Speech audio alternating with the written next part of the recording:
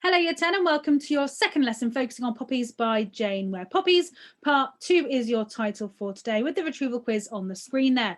Question 1, what is a dramatic monologue? Question 2, what effect does the use of free verse, enjambment and caesura have in Poppies? Is this effect similar or different to the use of enjambment and caesura in Bayonet Charge? I want you to look at making some comparisons here. Number 4, what perspective did Ware aim to convey in Poppies? And number 5, name two poems that would compare well with Kamikaze. Pause the video, write down today's date and title, have a go at the 5 questions on the screen, play again when you're ready to go through the answers. Okay, then answer time for those 5 questions on the board. So question number 1, what is a dramatic monologue? A dramatic monologue is a form of poetry where the poet takes on the persona of a character speaking to someone else, but we never hear from the person being spoken to. It's a one-sided conversation, essentially. Number 2, what effect does the use of enjambment and caesura have in Poppies? It creates chaos within the poem, which reflects the chaotic impact war has on those left at home. Number 3, is this effect similar or different to the use of enjambment and caesura in Bayonet Charge? I wanted you to start thinking about comparisons that you can make across poems. And the answer here is it's similar. In both poems, the use of these poetic devices serves to make the poem chaotic for different reasons, but the use of those devices has the same effect. Number 4, what perspective did Ware aim to convey in Poppies? Ware aimed to convey the experience of war from those who stayed at home, in this case, a mother, okay? Remember, her priority was to think about those who were left behind and how conflict and war had an impact on them, because we commonly tended just to think about those who actually went off to war. But of course, those who stayed at home, it had an impact on them as well. Number 5, name 2 poems that would compare well with Kamikaze. Looking back to the last lesson, War Photographer, Exposure, Poppies, The Prelude, Ozymandias and Tissue are any of your available options there. All right, so I would like you to have picked 2 of those at least. As we do more and more poems, we're going to start looking at making more and more links between them. All right, so this is just an aim to get you thinking with links to other things. Okay then, so today's aims are to explore the use of language in the poem. All right, we've done form and structure, we're moving on to language with regards to Poppies now, and to identify which poems would compare well with Poppies. Now I've put the correct poem on the screen there. All right, so poem is back on the screen there. If you need to pause at a moment, reread through the poem. I would always recommend reading poetry aloud because often it allows you to pause when there needs to be pauses. Because often, you know, punctuation and things like that have been included for a reason by the poet, okay? And it also gets you to think about sometimes some of the sounds that are made, or can help you identify some of the things that are going on. So if you need to pause it and read, please do so. Otherwise, I will carry on. So now we are going to look at language in the poem and the use of language, okay? And remember, language refers to the individual words or phrases in a poem and the overall effect on the poem.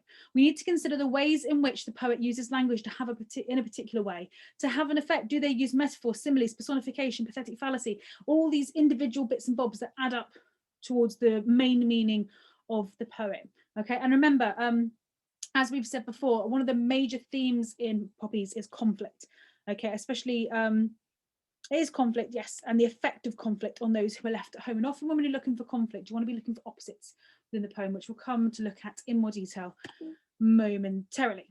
So, just another reminder, questions we need to consider when we are thinking about language. We need to consider when we read the poem, what words or phrases stand out? Why do they stand out? How do the words used link to the overall idea of the poem? Can we identify any poetic devices? And how do these devices link to the meaning of the poem? And more specifically, there are a few things I want you to consider. And I'm going to take my face off the screen so you can see all of those.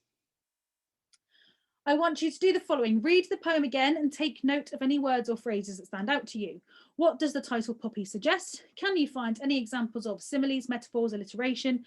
The poem contains a lot of language that is domestic, but also language that links to injury. Can you find any examples of words that suit either semantic field? If you need a reminder of what semantic field is, go back and look at your glossary. You should have added this term and the definition yesterday. And the speaker sees a single dove. What might this dove connote? And just a little note at the bottom, like I said. Once again, if we're looking for conflict, we're looking for some opposites. So just bear that in mind when you consider the questions above. All right, pause the video here, have a look through those questions, have a think. You don't necessarily need to write anything down, all right, but it's just to get you thinking about the way the language is used in the poem prior to me introducing the annotations. Play again when you're ready. Moving on then, hopefully you've managed to have a go at each of those questions, or at least have a think about them, all right, and see whether you've been able to identify any of these things. So the first thing that I'm going to focus on is the title. So the title automatically suggests remembrance. It links to the theme of memory and how this poem is noting a mother's memory of her son leaving. Okay, remember Poppy's Armistice Day, remembrance is all about remembering those who have been lost. Okay, so that's just a quick note to make. And the next thing I'm going to do is I'm going to focus on the poem in halves, all right, and point out the interesting things. Often I tend to look at the poem as a whole because you'll often see themes and whatnot tracing through the poem. So it's important to be able to see the poem in its entirety in one go. But with this one, we don't need to worry about that so much because we can look at the things individually, at the poem half by half. So these are the first two stanzas on the screen here. 3 days before Armistice Day, and poppies had already been placed on individual war graves. Okay, so that's the first thing I've got highlighted here, is that reference to individual war graves, because this is an ominous reminder that war kills individuals. So the loss is personal. Okay, you'll often hear when it comes to wars and conflicts about, you know, they'll tell you the number and of all of the people who have unfortunately died in those situations. But we need to remember these are individual people, okay, who had families and people around them who, you know, would have felt the effect of that person's death personally.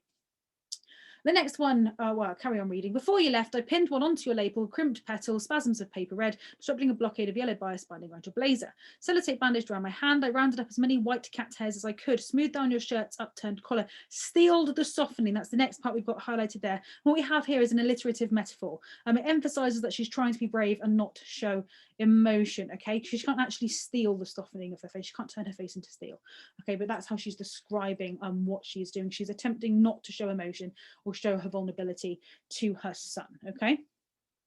Steeled the softening of my face. I wanted to graze my nose. This reference to touch shows how the mother longs for the closeness she once had with her son when he was small. And it emphasizes the differences between them now, okay? It was an action that they would have done when he was a child or when he was younger, but it's not an action they do anymore. It's either because he's off fighting in a war, so she's nowhere near him, or, you know, as we said in the last lesson, there's a chance he might be dead, but it's never specified where the son is exactly. But on the whole, that doesn't really matter. Or it's, again, we are solely considering the mother's perspective when it comes to all of this. So graze my nose across the tip of your nose, a play at being Eskimos like we did when you were little. I resisted the impulse to run my fingers through the gelled black thorns of your hair. And this reference to black thorns is interesting because the black thorns allude to Jesus, who wore a crown of thorns when he was crucified. And this hints at the sacrifice of the son might make, okay? In the same way that Jesus made a sacrifice himself for, you know, his people in the Bible, you've got the son potentially sacrificing himself in the war to help support his country, okay? I haven't put the blue annotate cloud on there, but these are notes you do need to make. This is where multicolored highlighters and pens do come in handy. Make sure you're highlighting these parts, make sure you're making notes. You don't necessarily have to be writing things down exactly word for word like I am. However, you need to be getting the main points down in a way that you will be able to understand and refer back to in the future. Pause the video if you need to. I'm going to move on next to consider the two different semantic fields that tend to feature within this poem. So as you can see, I have highlighted some words there in two different colours. The words that I've highlighted in red: spasms, blockade, bandaged, graze, or we've got a semantic field of injury. Remember, a semantic field is a group of words that all link together, okay, and whether they be from the same topic or the same, yeah, if you were to list all the words together, you'd be able to make a particular inference about them. All right, so these are all words linked to injury. So I've described it as a semantic field of injury. Right? Spasms, that's to do with the body sort of spasming and convulsing. You've got a blockade, all right, which can link to sort of war and injury. Bandaged, all right, that suggests that somebody's injured, right? You've had to bandage their hand. And then graze, okay, that's another injury that somebody could suffer from.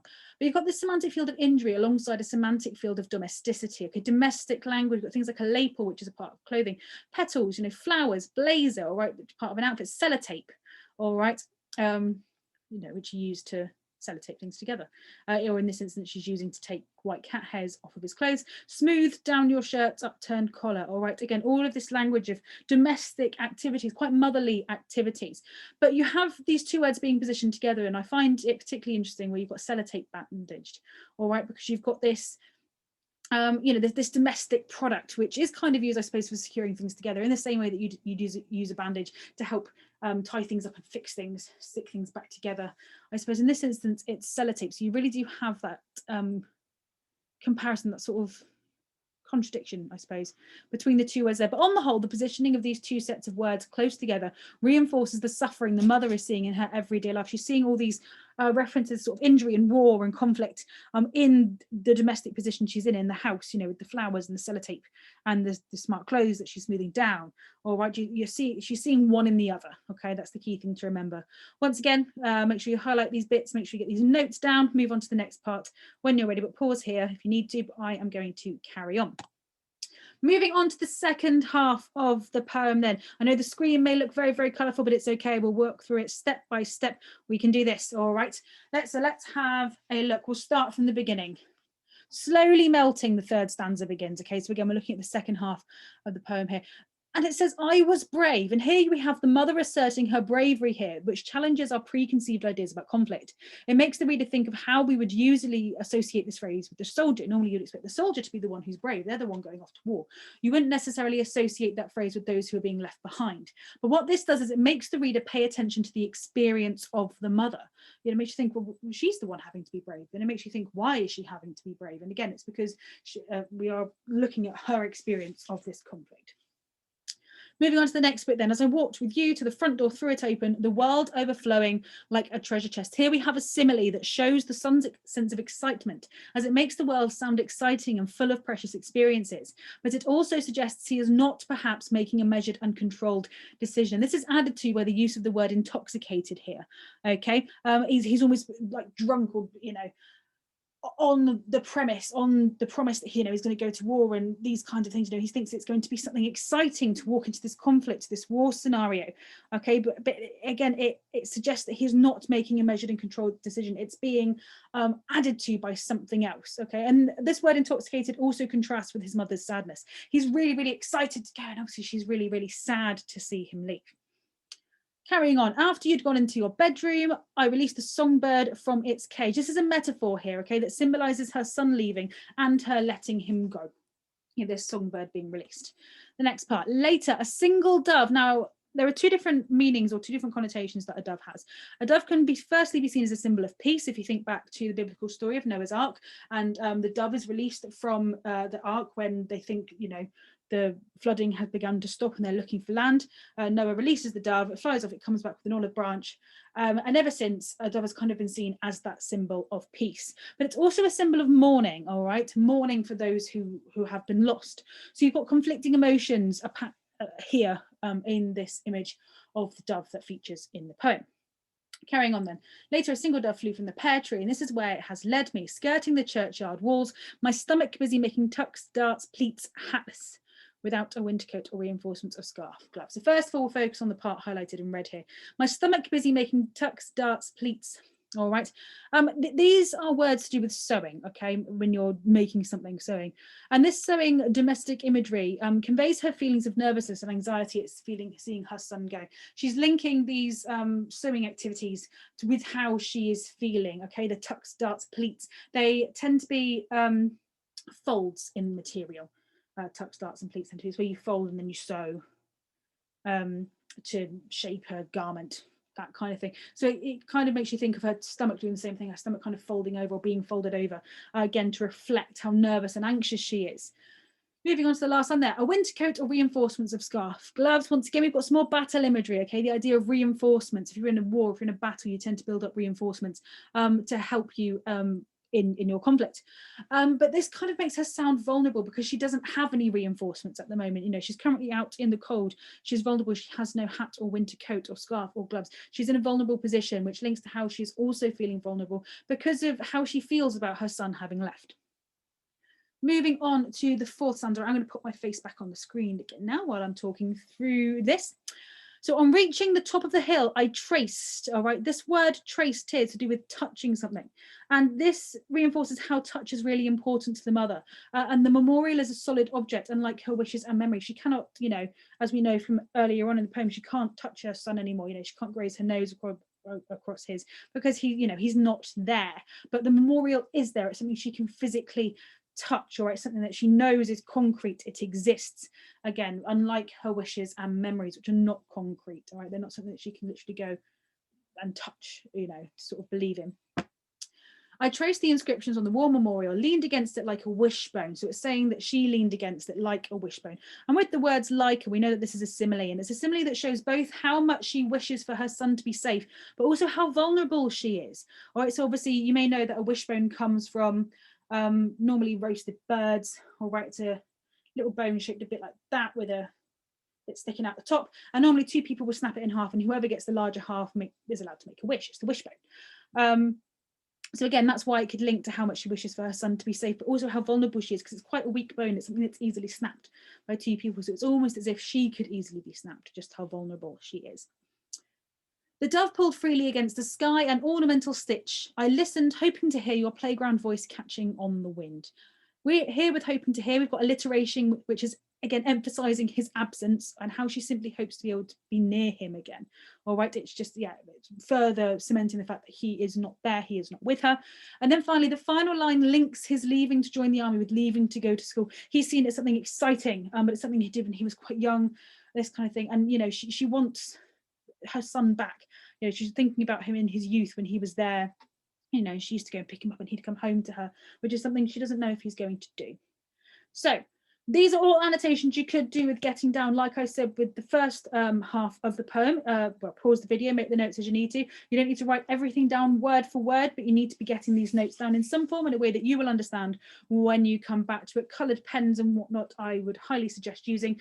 Remember to be making these notes on a copy of the poem itself, if you're able to print one off or annotate it on the screen somehow. I have, again, attached these poems to Show My Homework, so that is available for you to do. If you need to make the notes again, but my face is now covering part of the poem, please do rewind it a little bit to get to the point where my face was not on the screen, so that you can clearly see all of the notes in the top right there. So pause it, a lot of information to get down, but we can do this, get those notes down, carry on when you're ready. Otherwise, I shall continue. So just some final things to say about this poem before we finish with it. First of all, this poem differs from others in the collection because it focuses on the perspective of someone outside the war and solely on that perspective. I know we could almost argue with Kamikaze that we're seeing things from a perspective of somebody who wasn't in the war. However, in that poem, you've got the mother talking about her father's experience of war. In this one, we're not talking about the son's experience of war. We are solely talking about the mother's experience of letting her son go. And the second bullet point here, the constant blending of military and domestic language that I looked at, okay, that semantic field of injury, in other words, like reinforcements and blockade, okay? Linking sort of war, injury, conflict, but this constant blending of military and domestic language reflects how the idea of her son in the conflict zone is constantly on the speaker's mind. It's in everything she sees and does. He is constantly there. She's constantly thinking about him. And the poem forces us to think about the impact of conflict on those who aren't even there, like we've said. Ware's intention was to write a poem to do with war, to do with conflict, from the perspective of somebody who would have been at home, okay? Presenting us with an entirely different perspective from those that we'd get in other poems, okay? Last few things to note here. What poems compare well with Poppies? War Photographer, Kamikaze and The Emigre are really good poems to compare this one with. That's not to say it can't be compared with others, but these are some of the more obvious choices. Blue Annotate Cloud, do note those down. Again, I know you haven't looked at some of these poems yet. I know you'll be coming up to do War Photographer soon and The Emigre later on, but it's just nice to have that list there because then it's done. And then you can look back later on and go, oh yes, I know it compares well with this one because I wrote it down before. The last thing for you to do today, there is a quiz on Show My Homework for you to complete, which will focus on the content covered while we've been looking at Kamikaze and Poppies. So as part of today's lesson, you should also have a quiz to complete linked on Show My Homework. Please go and do this now, all right, in the last bit of time. You've got dedicated to English, multiple choice question, 20 questions. Give them a go. And it does make a note that make sure you do attempt every question, okay? Just that really tells your teachers how you're doing, okay, and how you're getting on with each of these. But if you do that and you still find yourself with a bit of time left, once again, as I will always end every lesson, if you have some time left for today, I would recommend spending some time creating some self-quizzing questions based on the content of this lesson to aid in your revision. Again, like I keep saying over and over, if you have some time, this is a really worthwhile thing to do because then you're building up that revision bank of information as you go. There is a lot of information to cover with poetry, okay? So it's good if you do get that revision bank going now. It's something you can refer to later on, okay? Otherwise, that is it for today, okay?